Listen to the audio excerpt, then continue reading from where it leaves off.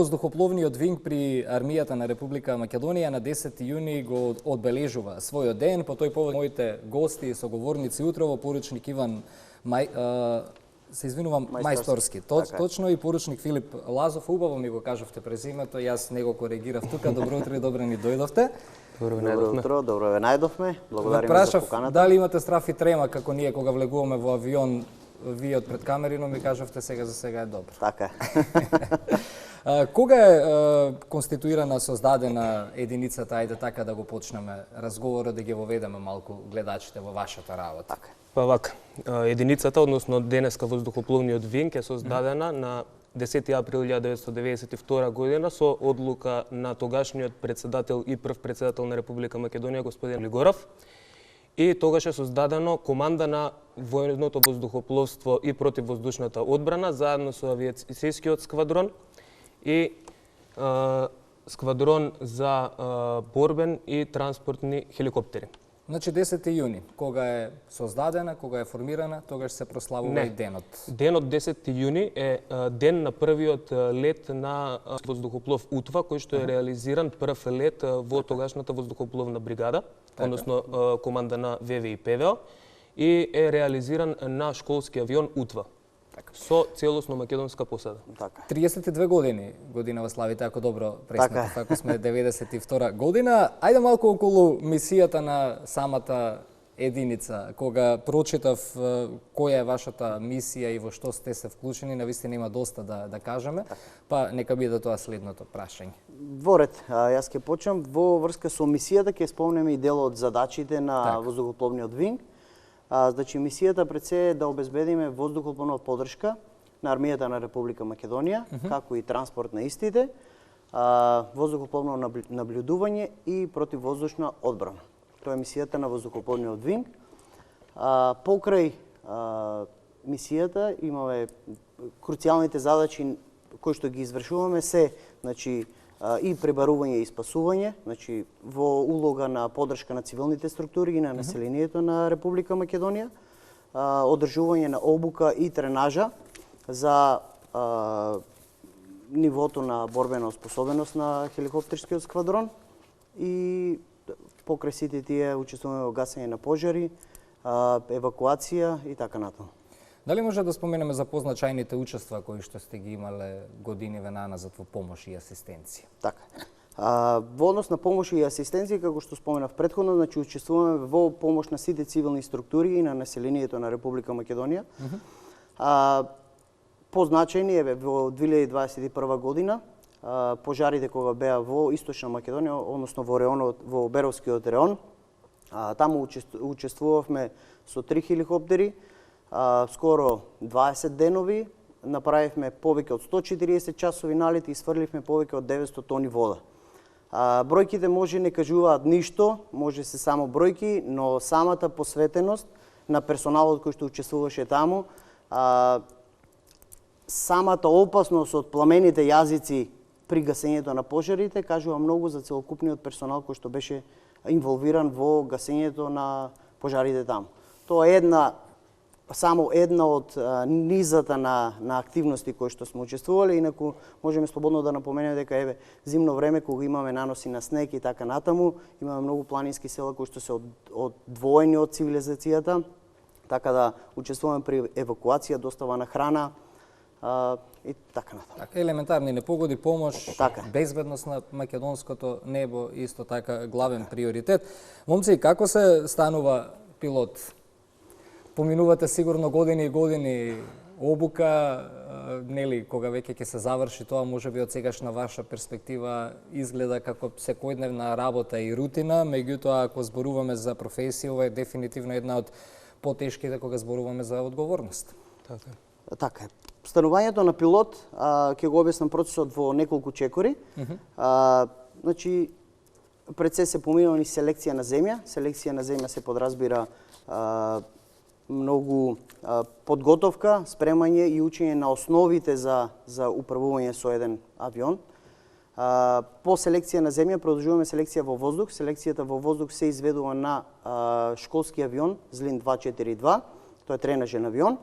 Поуспешно завршена основна обука на школски авион се продолжува на основна и напредна обука на хеликоптер Бел 206. Исто така тоа е хеликоптер од лесен тип, тренажен хеликоптер. По завршена успешна обука на хеликоптер Бел 206, не распоредуваат во една од единиците, дали во хеликоптерски сквадрон или во сквадрон за обука и тренажа, и се продолжува дополнително со преобука на тип на хеликоптер, дали е на Ми-817 или се останува во инструктажа на Бел 206 и така натаму. Целокупниот процес е доста, мора да сте целосно посветени, затоа што материјалот е доста обемен и пред се ние, да кажеме, прв пат се соочивме со летањето и со сите тие активности на самата селекција, и доколку не сте 100% посветени, резултира со неуспех. Така да сите кои што се влезени, кои што го имаат поминато тај циклус на селекција и се веќе успешни пилоти, можем да кажем сите се повеќе од 100% посветени на професијата. Но верувам ви од мали нозе бевте посветени на ова што денес го работите. Први од вашето блиско окружување од семејствата кои што работат како пилоти, или имавте од некого да учите уште како помали, да ви даваат совети, инструкции? Лично за мене, јас сум од Штип и во Штип имаме спортски аеродром, така да првото мое влегување и запознавање со авиацијата беше таму, прв лет на Едрилица таму направен, така. Информативен лет и од тука се вроди целата страст и пасија за воздух. Доколку кажам за мене, јас се школував на Воената академија Генерал Михајло Апостолски во Скопје, во род воздушно наблюдување и јавување. И значи почнав да работам во военото воздухопловство и потоа ми се вроди желба да се пријавам за пилоти. Исто тука да напоменам, ако може да го надокнадам кажаното од мајсторски. За пријавување на конкурсот за пилоти е потребно да се исполнат одредени критериуми, меѓу кои и возрастна граница, значи да нема кандидатот повеќе од 27 години и исто така да има завршено високо образование. Значи за да почне да се школува за пилот, кандидатот претходно мора да има завршено високо образование. Така. Каков е интересот вака од тоа што вие сега го гледате низ годиниве наназад на ваши млади колеги, кога зборуваме за конкурсите? Има ли во доволен број пилоти? Треба ли повеќе да ги анимираме луѓето да размислуваат кон таа насока? Каква е ситуацијата во армијата? Дефинитивно, младите и сите кои што се амбициозни имаат барем грам желба, треба слободно да се пријават на следниот конкурс кој што допрва ќе излезе. Интересот е голем, но треба да биде уште поголем, затоа што селекцијата е доста... Ригорозна? Така, ригорозна. Ригорозна, но колку поголем број, толку подобро за се. Така. Како изгледа еден ваш обичен работен ден? Одите секој ден на работа? Така. Еве, ние вака што сме од другата страна, обично, кога имаме вакви поинтересни разговори, поуникатни, сакам и тоа да го дознаеме. Како изгледа? Ајде, ќе оставам Лазов да каже за еден надоврзан за еден оперативен ден. Ајде. Па, еден школски ден, значи, кога имаме услови за летање, значи, тука има доста фактори кои што влијаат во условите за летањето. Меѓутоа, кога имаме услови, секогаш се извршуваат школски летања. И еден школски ден, односно школско летање, започнува со повеќе подготовки, како што е индивидуална подготовка, групна подготовка, потоа подготовка на самата посада која што ќе го изврши летањето. Сето тоа следи со проверка на воздухопловот. Воздухопловот се врши и од техничката служба, односно од луѓето кои што ги одржуваат воздухопловите, а исто така и од посадата на самиот воздухоплов непосредно пред полетување. По извршување на проверката на воздухопловот се упатуваме, односно кон извршување на школското летање. И сега школските летања, сите си имаме одредена програма за обучување и за одржување на тренажа. Значи, и додека не се извршуваат задачи, се извршува школско летање за пилотите на воздухопловите на армијата да бидат во постојана тренажа. Така.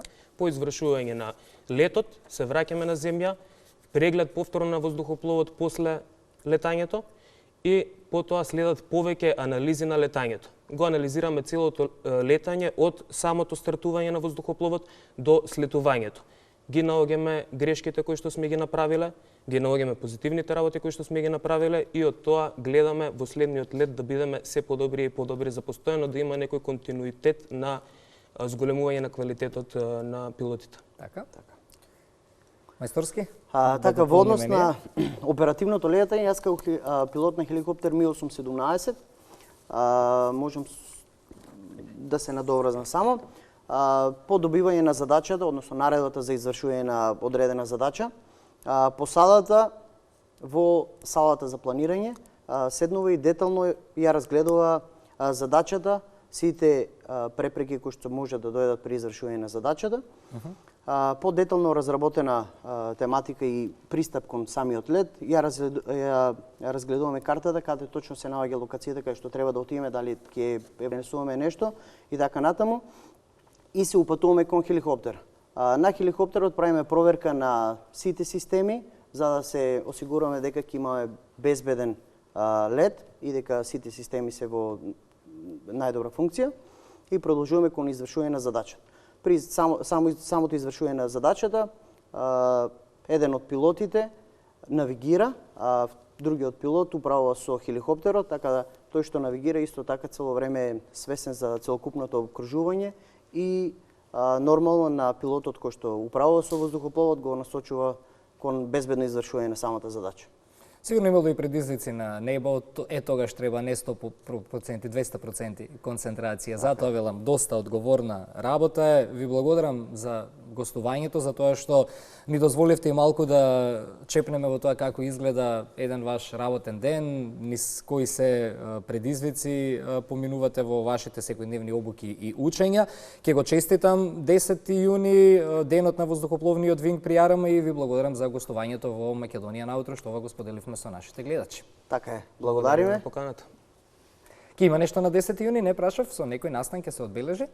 Така е, 10 јуни секоја година го обележуваме со церемонија на која што говор и учество земаат на високите воздухопловни авторитети и воздухопловно дефиле со прелет на македонски војни воздухоплови и воздухоплови на дел од членките на НАТО.